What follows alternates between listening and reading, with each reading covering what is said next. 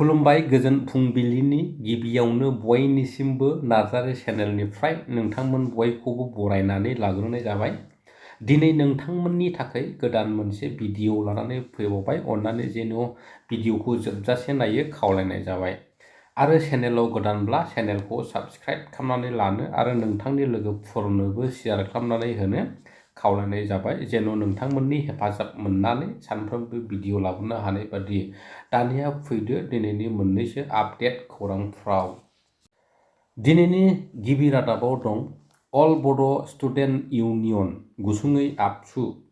आबसुनि president Dipen बर'नि सायाव आरजाथावै बाथ्रा बुंनायनि सायाव दिनै गोख्रों फिनजाथाय होदों बिटिसिनि हाग्रा बिफाननि इएम रनजित बसुमतारी बिथाङा।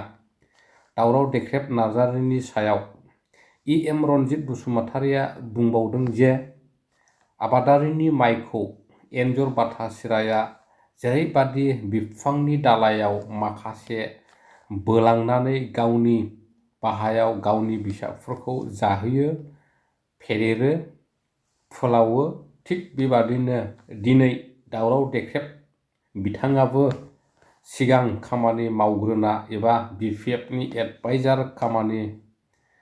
एडभाइजार जाना बिटिसिनि हाग्राखौ 18% फोजोबना दिनै गुबुनखौ खुगासिनो गोरों जादों होनना बुंथियो खौरांगिरिनि सिगाङाव। जारिमिन बरगयारिया फिक्स पे साख्रिनि एपइन्टमेन्ट लेटार मोननानै बिटिआर सरकारखौ साबायखर बावनायखौ जोङो मिथिनो मोन्दों।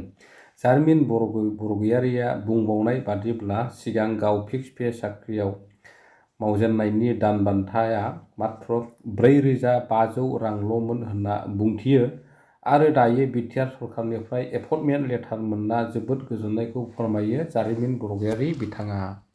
तामुलपुर जिल्लानि गरेस्वराव गुलि गावनाय जाथायखौ जोङो मिथिनो मोन्दों। बिटिआरआव गोजोन फैबाय होनना बिटिआर सरकारा गले गले दाबि खालामबाय थानाय समावनो बिटिआरआव फिन गुलि गावनानै दाखाथि खालामनाय जाथायखौ जोङो मिथिनो मोन्दों। थांनाय हराव गरेस्वरनि बालाबारियाव सासे सुबुंनि आथिंआव गुलि गावनानै दाखाथि खालामनाय खौरांखौ जोङो मिथिनो मोन्दों। गरेस्वरनि 1 नं बालाबारियाव जादों बे जाथाया। सुलुङाव मिथिनाय बादिब्ला थांनाय हरनि सोरांसि 3:30 रिंगासो समाव थानेश्वर बर' मुंनि आगसि आथिंआव गुलि गावनानै दुथांफोरा 5 लाख रां लुथिनानै लांनायखौ जोङो मिथिनो मोन्दों। सुलुङाव मिथिनाय बादिब्ला सिनाय मोनै दुथांफोरा डाकाइत खालामनानै लांनाय 5 लाख रांखौ थानेश्वर बर'आ गामिनि आबादारिफोरनिफ्राय बुथुमनानै न'आवनो दोनथ'दोंमोन। बबेखानि डाकाइतफोरनि गुलि गावनायाव जोखोम जानाय थानेश्वर बर'खौ गरेस्वरनि गुदि सावस्रि मिरुआव सरासनस्रा फाहामथाय होनायनि उनाव गोजौ फाहामथायनि थाखाय गुवाहाटी मेडिकेल कलेज हस्पिटालाव दैथायहरनायखौबो जोङो मिथिनो मोन्दों। जाथायसालियाव थरसे पिस्तल गुलिखौबो बोखांनो हादों बेखौ लानानै बोखांनो हादों। बबेखानि डाकाइतफोरनि गुलि गावनायाव जोखोम जानाय थानेश्वर बर'खौ गरेस्वरनि गुदि सावस्रि मिरुआव सरासनस्रा फाहामथाय होनायनि उनाव गोजौ फाहामथायनि थाखाय गुवाहाटी मेडिकेल कलेज हस्पिटालाव दैथायहरनायखौ जोङो मिथिनो मोन्दों। जाथायसालिनिफ्राय थरसे पिस्तल गुलिखौबो बोखांनो हादों। बेखौ लानानै ओनसोलनि सुबुंफोरखौ बयखौबो सोमखिखांनायखौ सुलुङाव मिथिनो मोननाय जादों।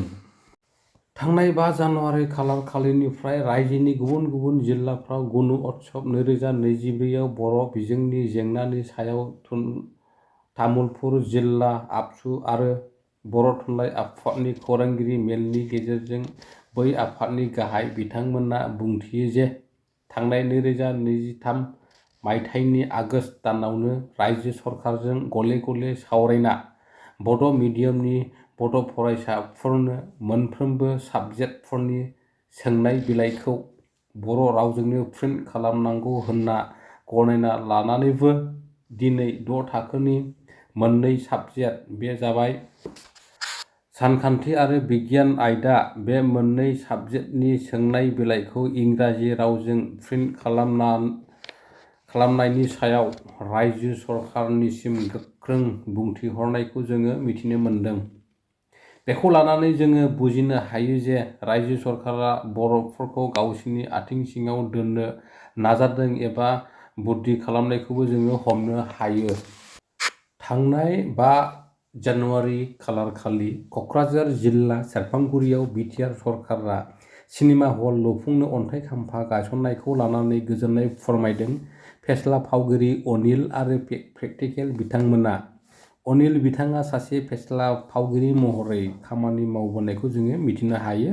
ओनसोलाव गंसे सिनेमा हल लुनो अन्थाइ खाम्फा गायसननायनि सायाव ओरैबायदि गोसोजों मोजां मोनदों जे मोजां मोननाय बाथ्राखौ एबा रावखौ फोरमायनो जोबोद गोबाव सम नांगोन दि मानसियानो थैगुलायगोनसो होनना बुंथियो फावगिरि फेस्ला फावगिरि अनिल कुमार नार्जारी बिथाङा। बेजों लोगोसे दिनैनि भिडिअ'आ बेखिनियाव जोब्बाय लोगोफोर। आसा खालामो भिडिअ'खौ नायनानै मोजां मोनबाय। Thank you for वाचिं।